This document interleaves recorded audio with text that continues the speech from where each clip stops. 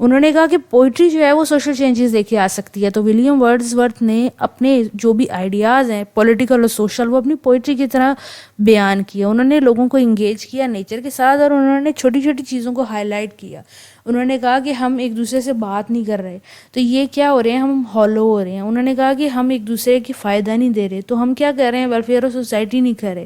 انہوں نے کہا کہ ہمارے یہاں مارجنلائز گروپ موجود ہیں جن پہ ہم ان کو ہائی لائٹ نہیں کر رہے, ہم اپنے سوشل نارمز اور ویلیو کھوتے چلے جا رہے ہیں. تو ان چیزوں کو انہوں نے دوبارہ سے ہائی لائٹ کیا. ولیم ورڈزورتھ ایک ورکنگ کلاس سے تعلق رکھتے تھے, ایلیٹ کلاس سے تعلق نہیں رکھتے تھے. تو ولیم ورڈزورتھ نے ورکنگ کلاس کو بہت زیادہ بیان کیا اور پھر کامن لوگوں کو بھی بیان کیا. کیونکہ ولیم ورڈزورتھ ایک ورکنگ کلاس سے تعلق رکھتے تھے تو انہیں ورکنگ کلاس کا پتہ تھا, تو وہ اس کے لیے ایک ڈیپ سمپتی رکھتے تھے, کمپیشن رکھتے تھے لوگوں کی اسٹرگل کے لیے, ان کے ایکسپیرینس کے لیے. ورکنگ کلاس سے بہت زیادہ محبت کرتے تھے, ان کی سوشل نارم, ان کی آرڈنری لائف, ڈیلی چوز دکھایا کرتے تھے کہ ورکنگ کلاس کس طرح سے اپنی زندگی انگلینڈ کے اندر گزار رہی ہے. اور اس کے لیے وہ اس کی جو ایشو ہوتے تھے سوشل انجسٹس, ایکوالٹی, اس کو بھی ہائی لائٹ کرتے تھے. پھر پاسٹ کی بھی باتیں کرتے تھے. ولیم ورڈزورتھ جو ہیں وہ چیزوں کو دیکھتے ہیں کہ جب ہم پاسٹ میں دیکھتے ہیں تو وہ سمپلر ہیں, نیچرل ہیں, نیچرل وے آف لائف ہے. تو ولیم ورڈزورتھ ماڈرنٹی کو اتنا پسند نہیں کرتے تھے, انڈسٹریلائزیشن اربنائزیشن کے ایڈوکیٹ نہیں تھے. وہ سمپل زندگی گزارنا, رورل زندگی گزارنا, نیچرل سیٹنگ کے اندر زندگی گزارنا جس میں چھوٹی چھوٹی چیزوں کو سیلیبریٹ کرنا, اسپریچول پاور سے کنیکٹ کرنا, نیچر کی پاور سے کنیکٹ کرنا, انسان سے کنیکٹ کرنے پہ فوکس کرتے تھے. اور اسی بارے میں وہ بات کیا کرتے تھے. جو مارجنلائز لوگ ہوتے تھے, جو مارجنلائز چیزیں ہوتی تھیں جیسے کہ عورتیں, ان کے لیے بھی بات کیا کرتے تھے. ولیم ورڈزورتھ عورتوں پہ بھی بات کیا کرتے تھے, جو لوگ سوسائٹی کے اندر اپریس ہوئے ہیں یا جو لوگ صحیح زندگی نہیں گزار پا رہے, جیسے کہ فرینچ ریولوشن ہے اس کے اندر ان کے اوپر بھی بات کیا کرتے تھے. ان سے امپتھی رکھتے تھے, کمپیشن رکھتے تھے, ان کو انڈرسٹینڈ کرتے تھے. جب آپ فرینچ ریولوشن کی پوئم پڑھیں گے تو آپ کو پتہ لگے گا کہ کس طریقے سے مائنورٹیز اور جو وہ لوگ جن کے ساتھ برائی ہو رہی ہے, جن کے ساتھ برا سلوک ہو رہا ہے, جن کو مارجنلائز کیا جا رہا ہے, ان کے لیے کیسے بات کرتے ہیں. انہوں نے نیچر کو مورل گائیڈ بنا لیا تھا. بہت لوگوں نے کہا کہ یہ تو ورشپر ہیں نیچر کے, نیچر کو گاڈ مانتے ہیں. لیکن ولیم ورڈزورتھ نے کہا کہ نہیں, میں نیچر کو گاڈ نہیں مانتا, میں نیچر کو مورل گائیڈ مانتا ہوں. میں اپنے ایتھکس اور مورالٹی جو ہے وہ نیچر سے لے کے آتا ہوں. انہوں نے کہا کہ میں نے اپنی زندگی کے اندر اپنے جو مورل ہیں, جو ایتھکس ہیں, جو سینسیبلٹیز ہیں, تمام چیزیں اپنی زندگی کی جو بھی فالو کی ہیں میں نے, وہ مجھے نیچر نے دی ہیں.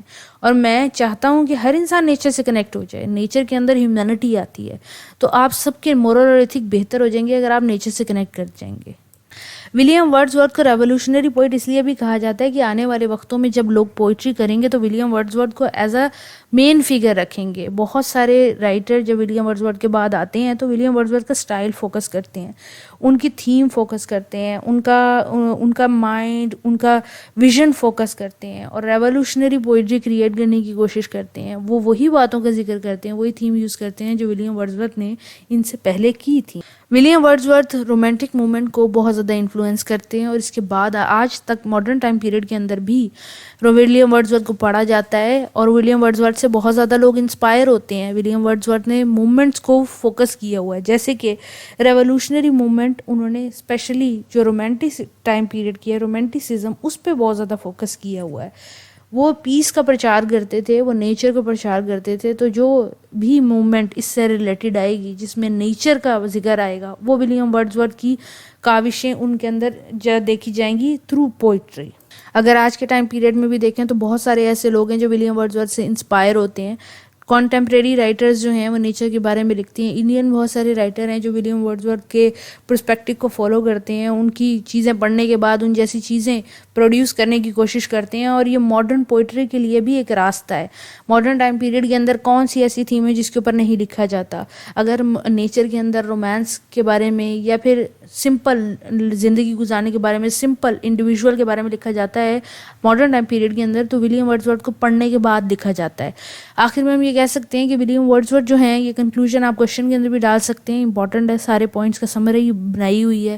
یہ انٹروڈکشن کے اندر بھی ڈال سکتے ہیں. ولیم ورڈزورتھ کا ان کے امپیکٹ رہا ہے ایز اے ریولیوشنری پوئٹ, کیونکہ ان سے پہلے جو ٹائم پیریڈ چیزیں فالو کی جاتی تھیں وہ اسٹرکٹ تھیں, وہ کلاسیکل تھیں. آپ یوں کہہ لیں ان کے اندر میٹر, رائم, ریدر بہت زیادہ فالو کیا جاتا تھا. لیکن ولیم ورڈزورتھ نے ایسی پوئٹری کی جس کے اندر نہ انہوں نے میٹر کا خیال کیا, نہ رائم کا کیا, نہ ریدم کیا کیا, نہ لائنس کی لینتھ کا کیا, نہ اسٹینزا کا کیا. انہوں نے ایک کھلی پوئٹری کی. پھر جو پہلے تھیمیں رکھی جاتی تھیں وہ ان کے اندر ایسے ڈکشن یوز کی جاتی تھی جو ٹف ہو, جو ہارڈ ہو, جو لوگوں کو سمجھنے کے لیے تھوڑی سی مشکل ہو. لیکن ولیم ورڈزورتھ نے کامن چیزیں استعمال کی.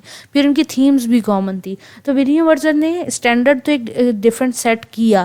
پھر بہت زیادہ پوئٹری کی. جب انہوں نے بہت زیادہ پوئٹری کی تو لوگوں نے ظاہری بات ہے ان کی چیزوں کو پڑھنا پسند کیا اور یہ مشہور بھی ہو گئے. اور یہ چیز ان کو بناتی ہے کہ یہ پوئٹری کے اندر ایک ریولیوشن لے کے آئے. لیکن یہ باتیں انگریزوں کے لیے نہیں ہیں. مسلمانوں میں, یا یوں کہا جائے کہ ہمارے ایشیا کے اندر, چائنا کے اندر تو بہت پہلے سے یہ چیزیں ہو ہی رہی تھیں. امید ہے کہ آپ کو یہ ٹاپک سمجھ آ گیا ہوگا. اگر کوئی بھی آپ کا سوال ہے تو آپ پوچھ سکتے ہیں. اگر آپ کو ویڈیو پسند آئی ہے, ویڈیو کے نوٹس چاہیے تو وہ ویڈیو کی ڈسکرپشن باکس سے مل جائیں گے. اس کے علاوہ ویڈیو کو دوستوں کے ساتھ لازمی شیئر کریں. چینل کو سبسکرائب کر لیں کیونکہ ایسی ویڈیوز میں اپلوڈ کرتی رہتی ہوں. Thank you for watching. Take care till the next video. اللہ حافظ.